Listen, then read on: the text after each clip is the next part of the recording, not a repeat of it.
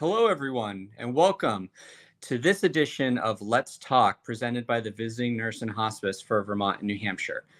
As always, I'm your host, Anthony Knox, and today we are here to talk about Cover Home Repair.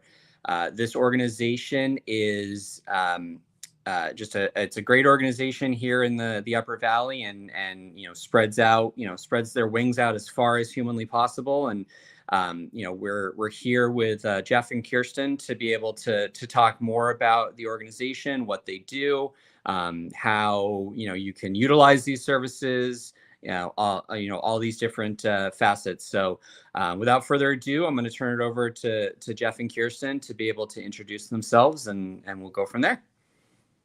Great. I'm Kirsten. I'm the Cover Home Repair Program co-director. Um, and my primary job here is to sort of be a homeowner liaison. I walk applicants through the process from intake to the end of the project. And I've been at Cover for about a year. I I grew up in Orford, New Hampshire, and I now live in Wilder. And I was a long time Cover shopper, and then this job appeared, and I decided to apply because Cover is so great. Awesome. Yeah. Yeah, thanks, Kirsten. So I am Jeff Dumont. I am Cover's Community Engagement Director. So I'm actually the most recent addition to the Cover team. I joined Cover back in November of 2022. And my role at Cover is primarily around talking to the community about the wonderful things that Cover does.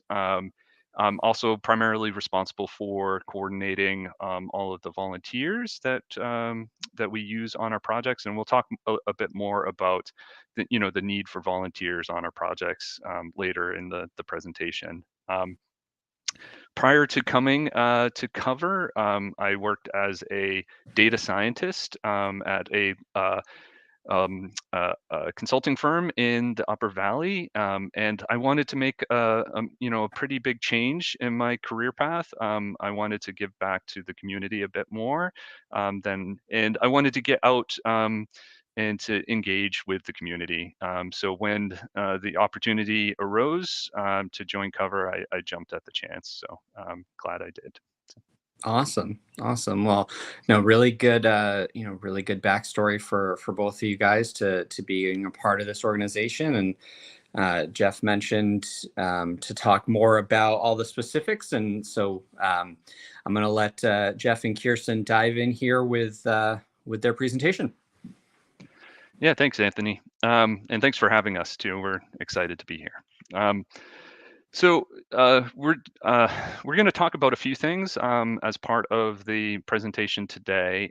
So we just covered introductions. Here's Kirsten and I and me again.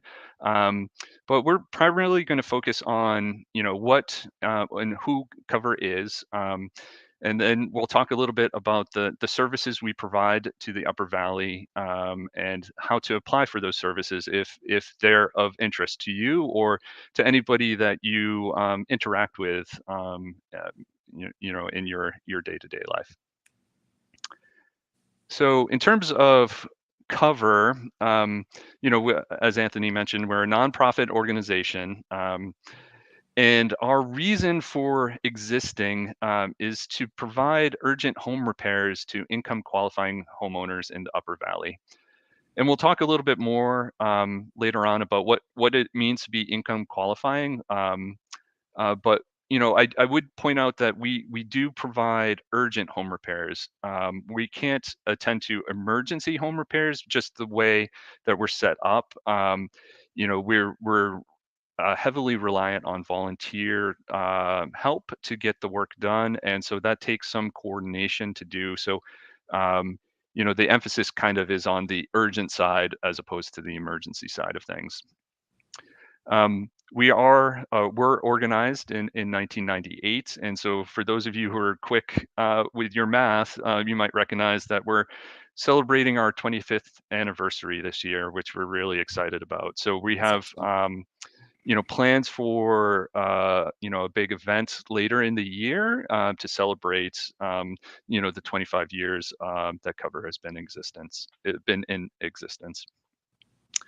We're based in White River Junction, Vermont, right on South Main Street, not too far from downtown. So we're still considered in the historic district of White River Junction. And our mission really is to foster hope and build community. And the way we do that is by bringing, I kind of think of it as our business model, how we operate, and what we do is we try to bring homeowners and staff and volunteers together to work on these urgent home repairs, right? So a typical cover event has a level of homeowner involvement that allows for that community, that feeling of community to happen, so that it feels like the volunteers get to know the homeowners get to know the volunteers and staff.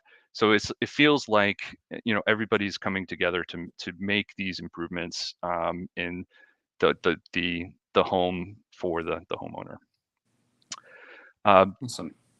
The other thing to point out is we do have a thrift store on site. I highly recommend, if you have never been to the thrift store, the Cover thrift store in White River Junction, I'd recommend stopping by. The revenue from the thrift store, it provides about a third of our revenue for supporting the home repair work that we do. The other 2/3 comes pretty evenly from foundations and then individual donations. So we don't take, we're not supported by the federal government at all. It's all sort of locally sourced dollars that are supporting the work we do. The other thing I just wanted to mention too about the store and our location in South Main Street in White River Junction is that, and some of you may have seen this in the Valley News recently, is that we're going through a building renovation process right now on our main building. And the reason why we're doing this is really twofold. The first is to bring our home repair office, which is currently up on the second floor of the building, down to the street level. And so it will make the home repair office more accessible to the people that we serve. And the other thing that we're doing, which we're very excited about, is we're opening a used bookstore on South Main Street too. And this will be a place for the community to come and sit, have some coffee, maybe buy a book or two. But again, that the revenue from the bookstore will support the home repair work that we do.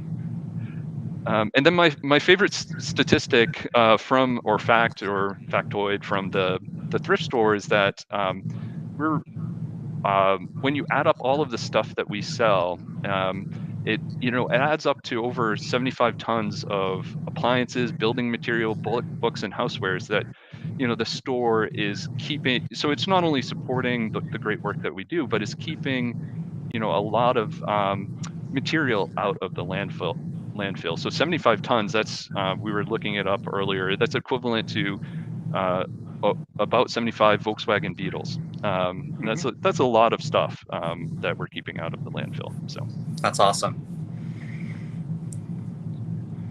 So a little bit more on who Cover is.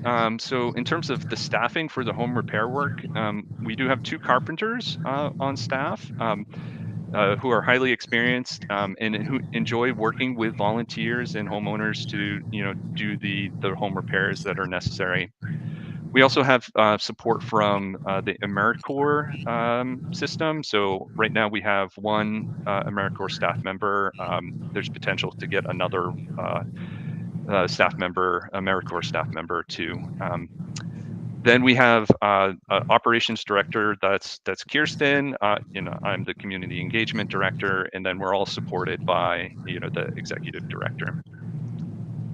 And like I mentioned, we rely heavily on volunteers to get the work done. So for our home repair projects in 2022, we had over 150 volunteers come out on our projects. It amounted to about over 2,300 hours.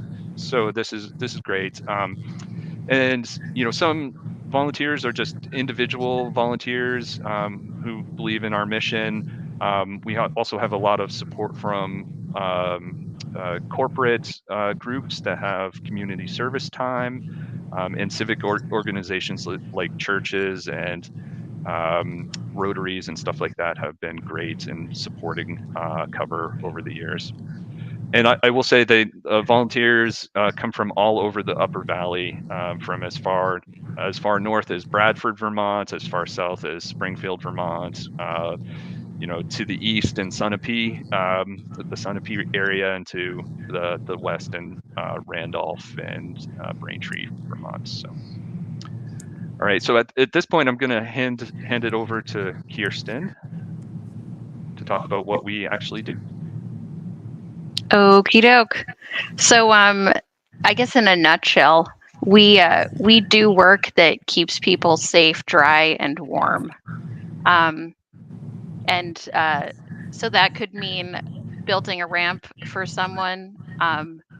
We often will build egress stairs. We do a lot of work for people who live in mobile homes, and we do find that sometimes people don't have a safe way to leave their house. Um, we repair leaky single-story roofs.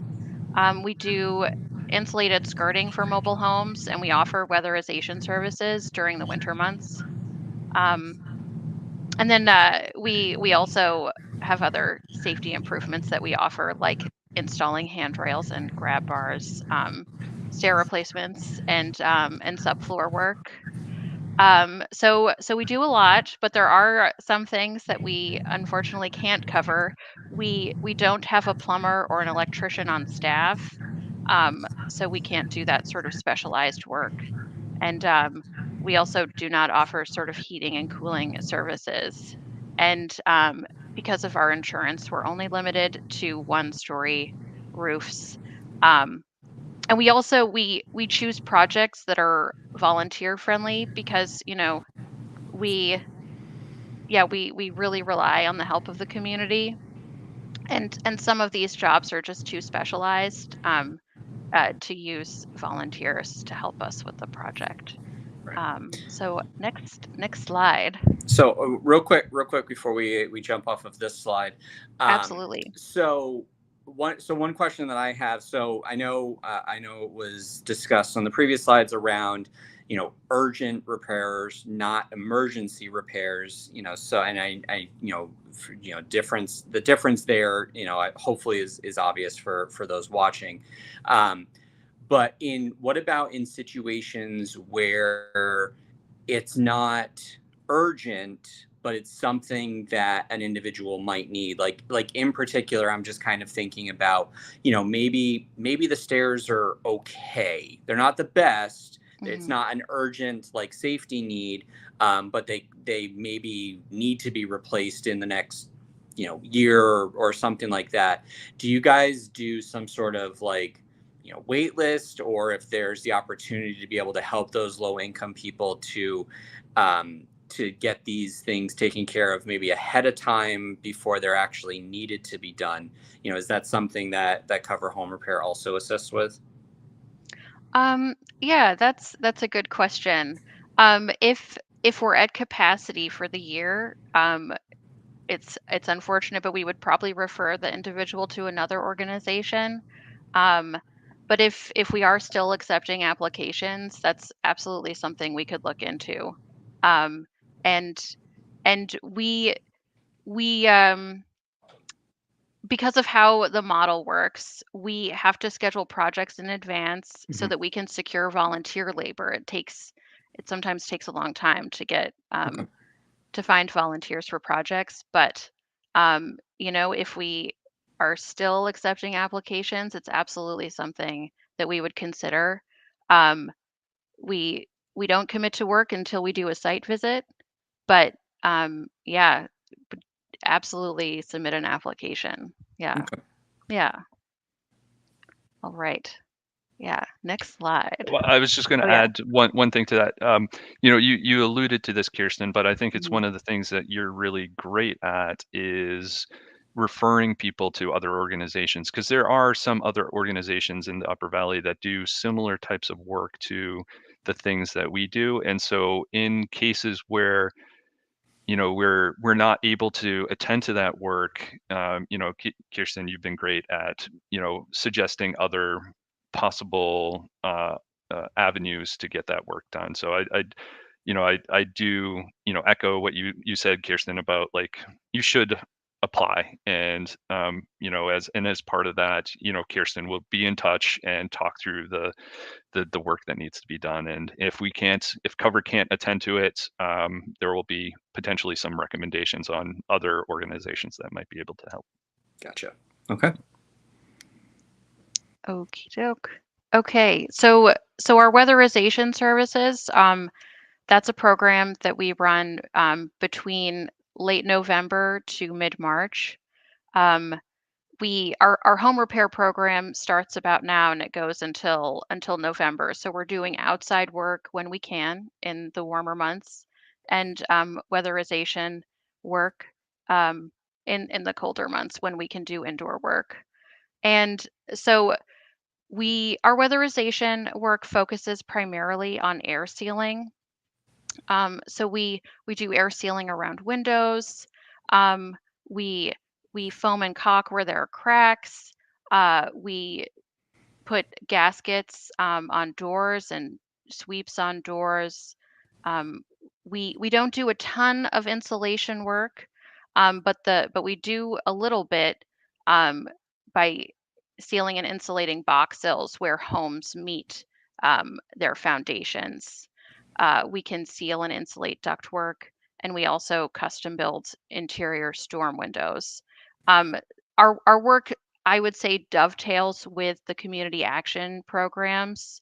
So, um, like SEVCA or Tri County CAP, they can provide sort of more robust and comprehensive insulation services.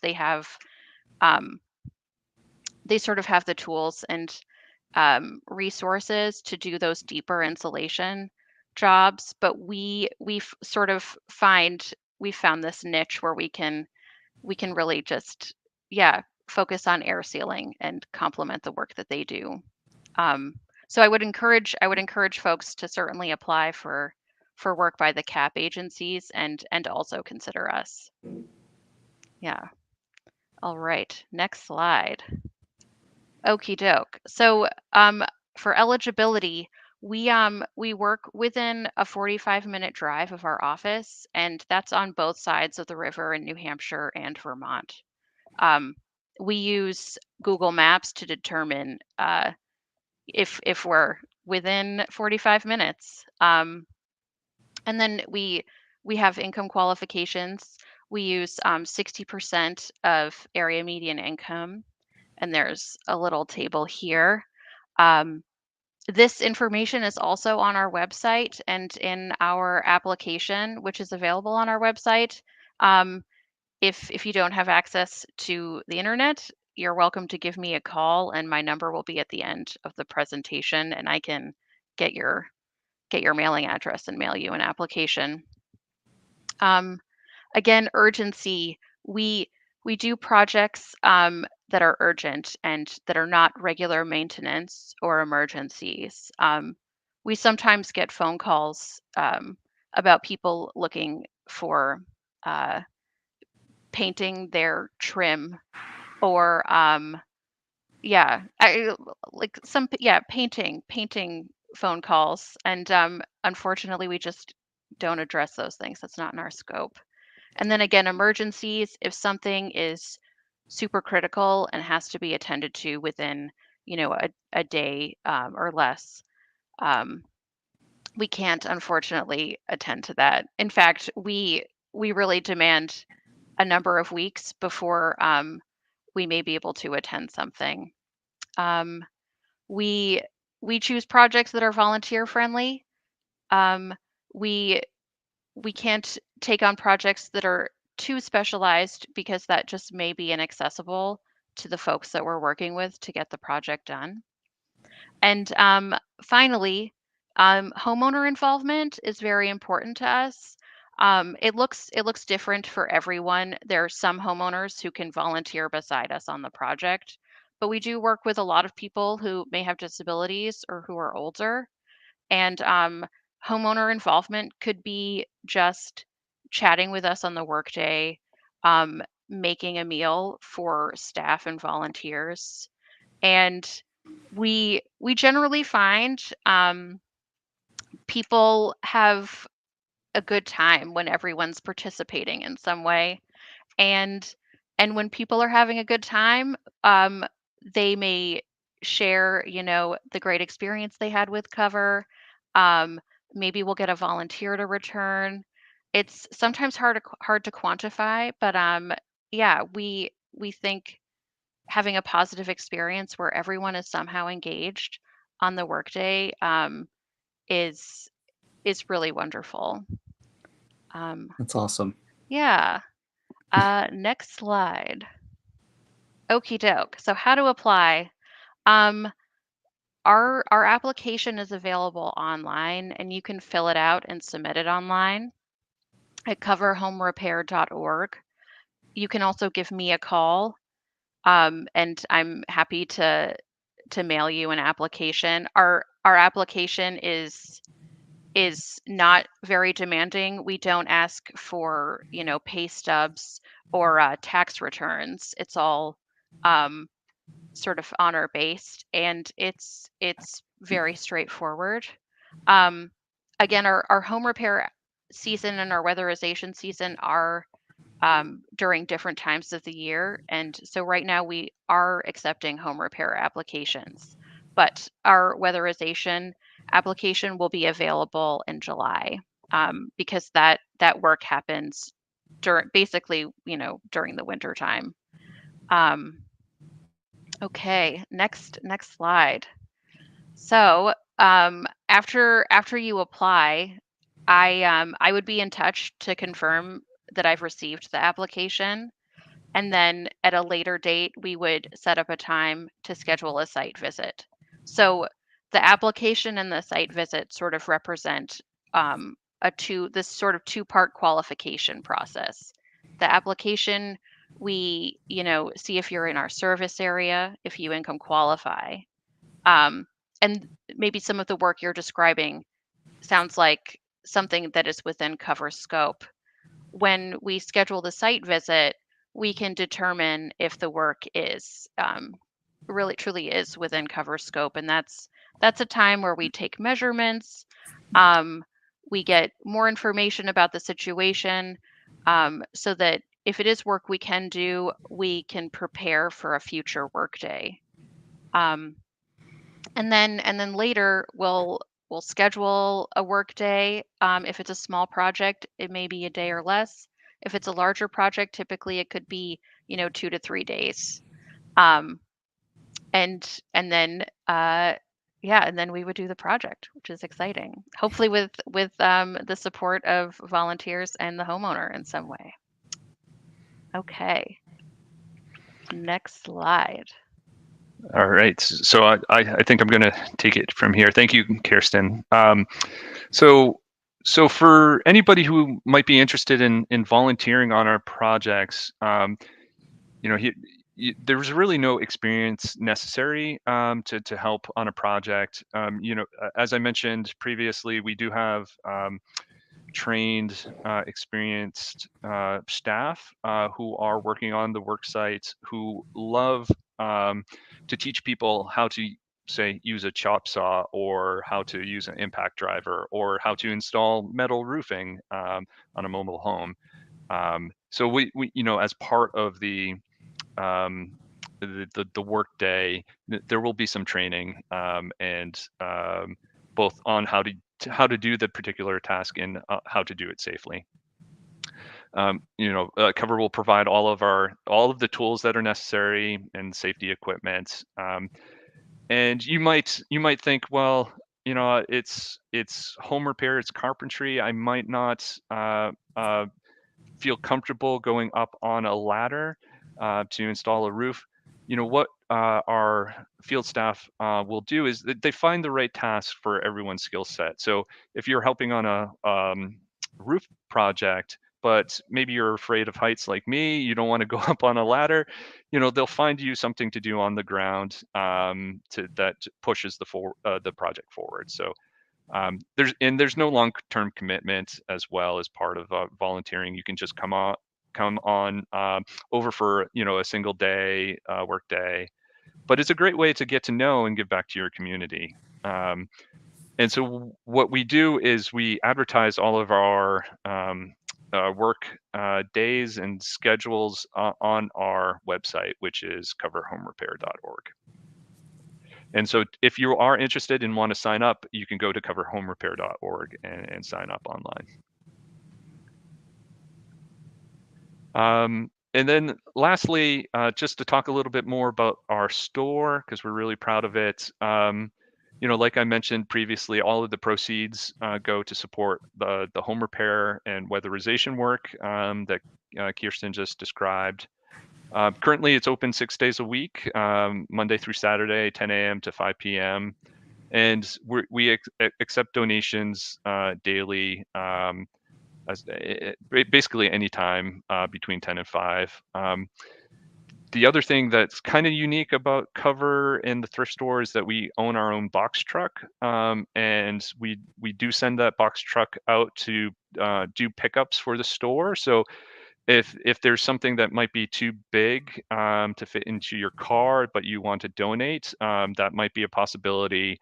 And the store manager is the one that is responsible for sort of organizing those store pickups. So if you think that might be of interest to you, I'd suggest reaching out to the store manager to talk about a potential store box truck pickup.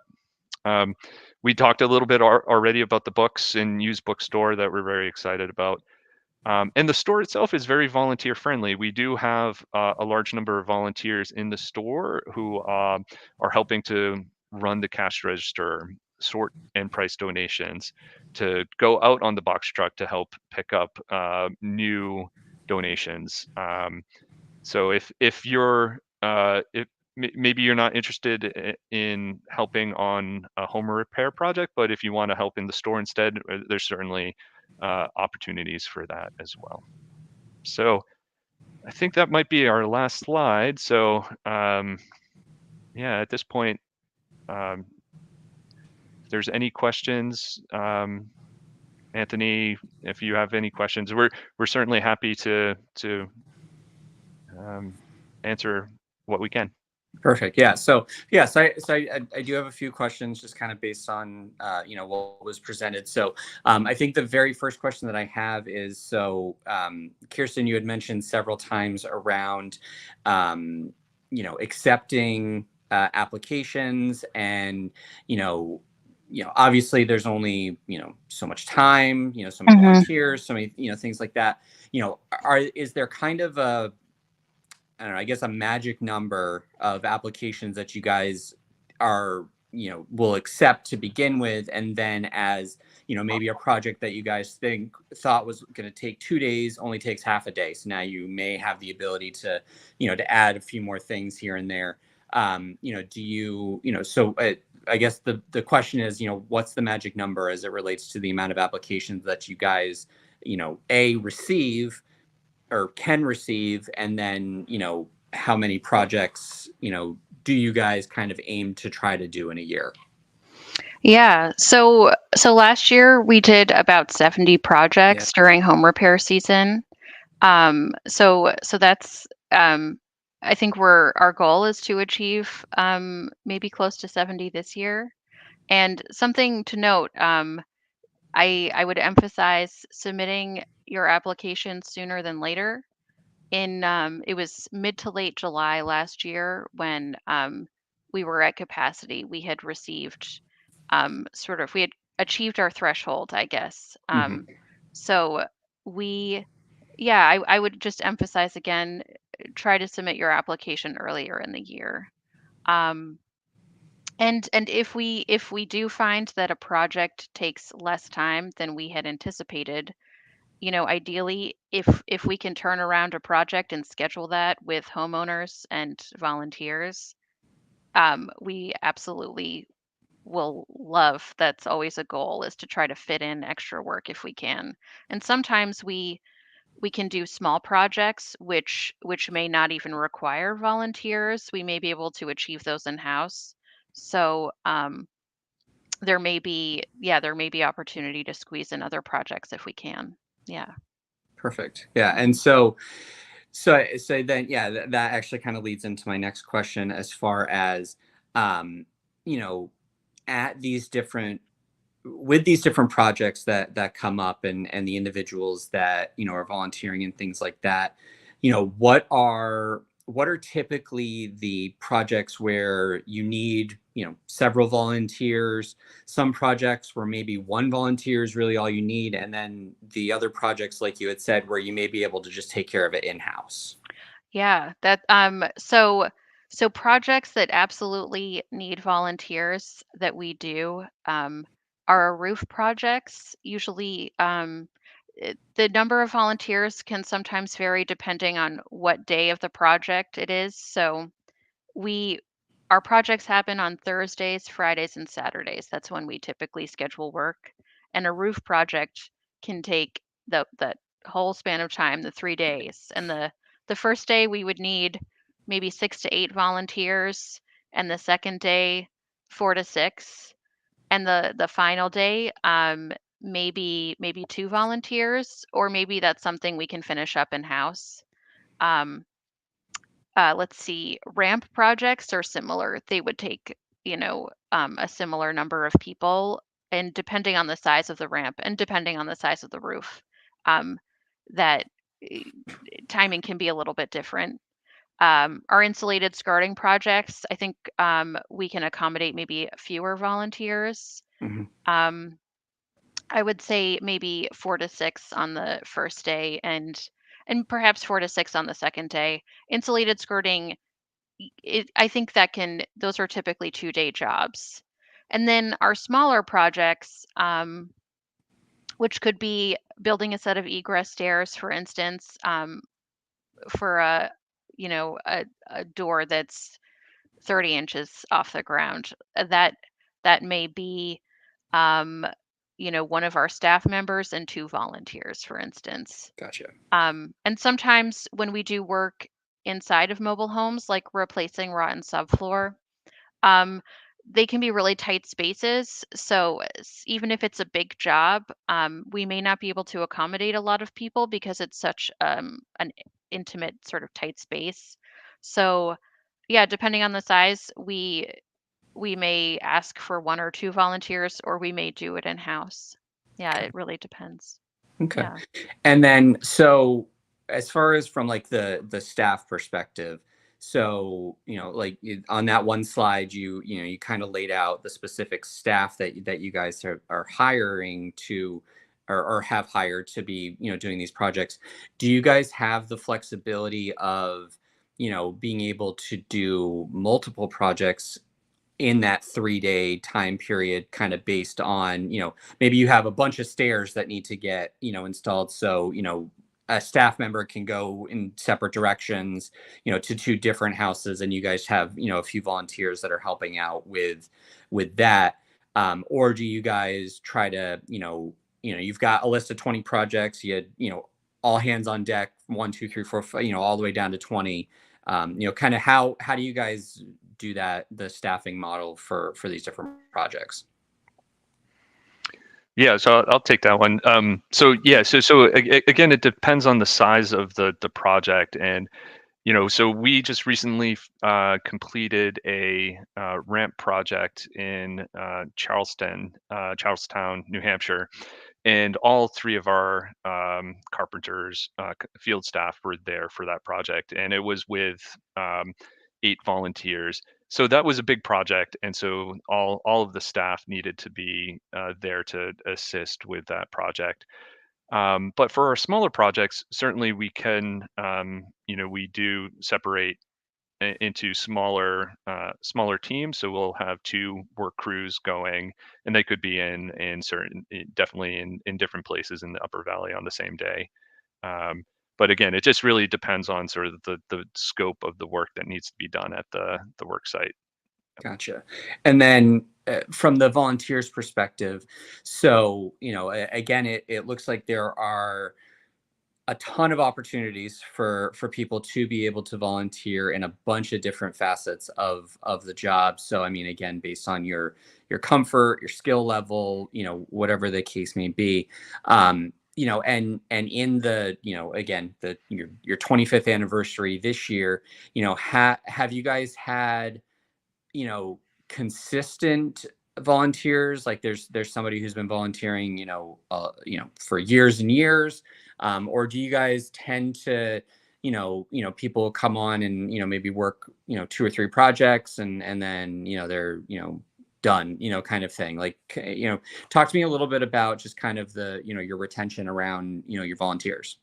Yeah, it's a good question. And to answer the short answer to your question, Anthony, is yes. So we have both. So we do have our regulars who are, you know, uh, mostly retired folks who have time available and find volunteering with cover to be a sort of a rewarding experience. And so we have some that have been volunteering for years and have been doing so consistently.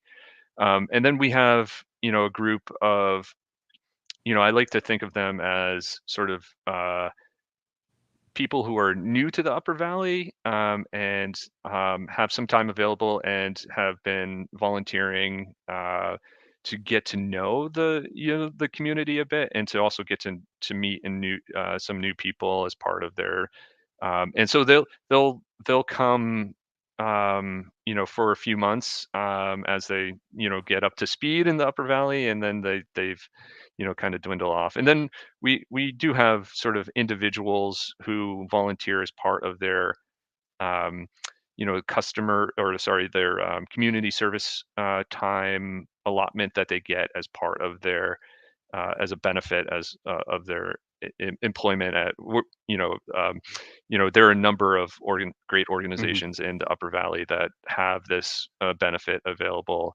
and they'll come sporadically as part of it.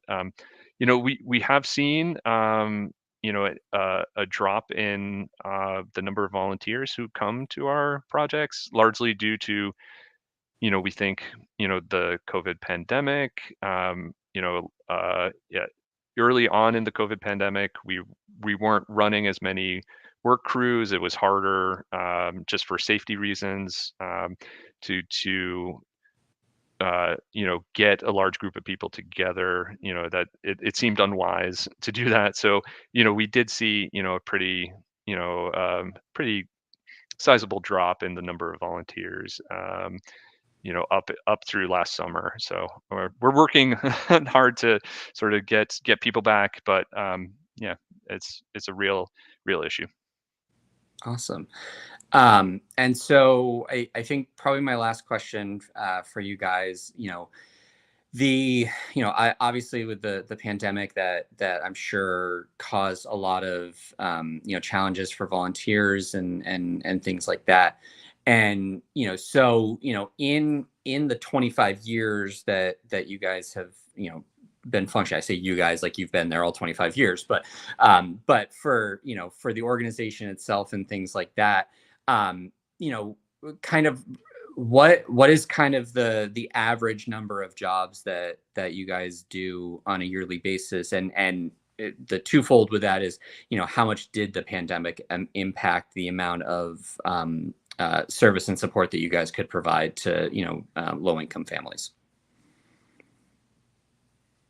Yeah, do you want to handle that one, Kirsten, or? I can try to answer the second one. How did the pandemic affect our ability to serve income qualifying homeowners? Is that right? That was the Yeah. question.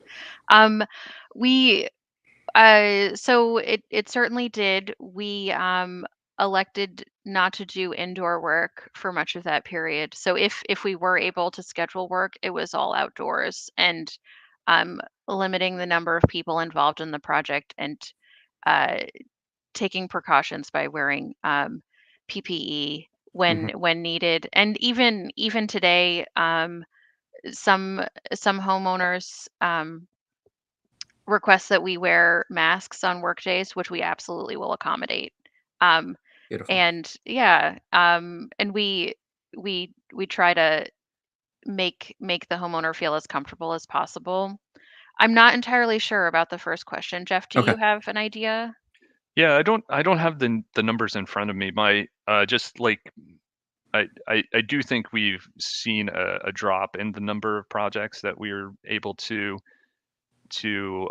attend to. But yeah, I don't know exactly what Okay. what it was pre-pandemic. No, and that, I mean, my guess is probably over the next few years, the numbers will drastically increase as people are becoming more comfortable, and Yeah. this work really needs to be done and things like that. So, so just kidding, not done asking questions.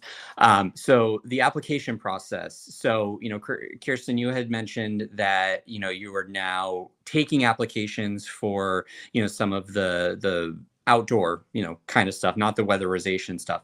What is traditionally the calendar, quote unquote, of people sending in those requests for both type of projects? Because I imagine there's probably a time where you're like, wait a few months to send us the request for some of the renovation stuff, but I'm imagining right now you're probably not accepting applications for the weatherization stuff.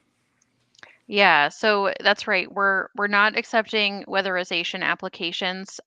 We will be accepting those in July. Okay. That application will be available then. Um, and yeah, the window for that really is for weatherization. It's probably July um, through December. I think in December we would have a good idea if we've reached our capacity for weatherization work. And for home repairs, we accept applications from January 1st to when we reach capacity. Okay. And we don't have a wait list. We ask, well, first, as Jeff mentioned earlier, I will absolutely try to find um, people phone numbers and websites of other service options that might be helpful for them. There are organizations that do similar work and have may have time in their schedules to help. Um, but yeah, for home repair work, it's really January through probably July is when we would know if we've reached capacity. So I again, yeah, please send those applications in. Yeah, we want to help. And then, so when is kind of the cutoff of when you would stop doing weatherization, like for this year? Like, when do you stop doing weatherization, and then when is the cutoff for when you stop doing the renovation stuff? I mean, I would assume November-ish, somewhere, somewhere in there, as it really starts getting colder. Yeah, so for weatherization work, it's sort of fluid. It really depends on what the weather is like. If it starts snowing in mid-November, we may start doing weatherization work, just right after it snows. And then it goes until the snow melts away and we're able to do outdoor work. And so right now, our weatherization work is really finished, Hmm. and we've started doing outdoor work. Gotcha. Um, Okay. yeah, and yeah, so we did a ramp project last week, and we'll do that work until the snow falls. So again, it varies. Yeah, late November, maybe even mid-December. It depends. Yeah. All right. I think that's all the questions that I have for you guys. I again, I want to thank you both for taking the time to be able to, talk about Cover Home Repair, talk a little bit about the store, also talk about the new bookstore that you guys are working on getting up and running. And, and again, obviously, donation wise, time, volunteer time is great. On your website, is there information as far as, if you just don't have the time to volunteer, but maybe you want to, send in a monetary donation? Do you guys have all that information on the website for people to be able to send it, and or even to do it right from your website? Yep, that's right. So you could donate online through our website directly. Awesome. Yep, and all of that information is there. Yep. Excellent. All right. Well, so again, I want to thank everybody who watched this live, and for those that are streaming it after the fact. And if nothing else, if you're in the White River area, go down to that thrift store. And I know I always can find something that I don't actually need, but I'm going to be taking home with me anytime I go to a thrift store. So I assure you all, I bet you all will as well. So Jeff and Kirsten, again, thank you so much for taking the time to provide our Let's Talk viewers with this information, and anybody else who can use it. Thank you, Anthony. Thanks. Yeah, thanks for having us. It was great. All right, and we will be back next month with our latest installment of Let's Talk. I don't know exactly what that is yet, but as soon as I do, I'll let you all know. Thank you so much.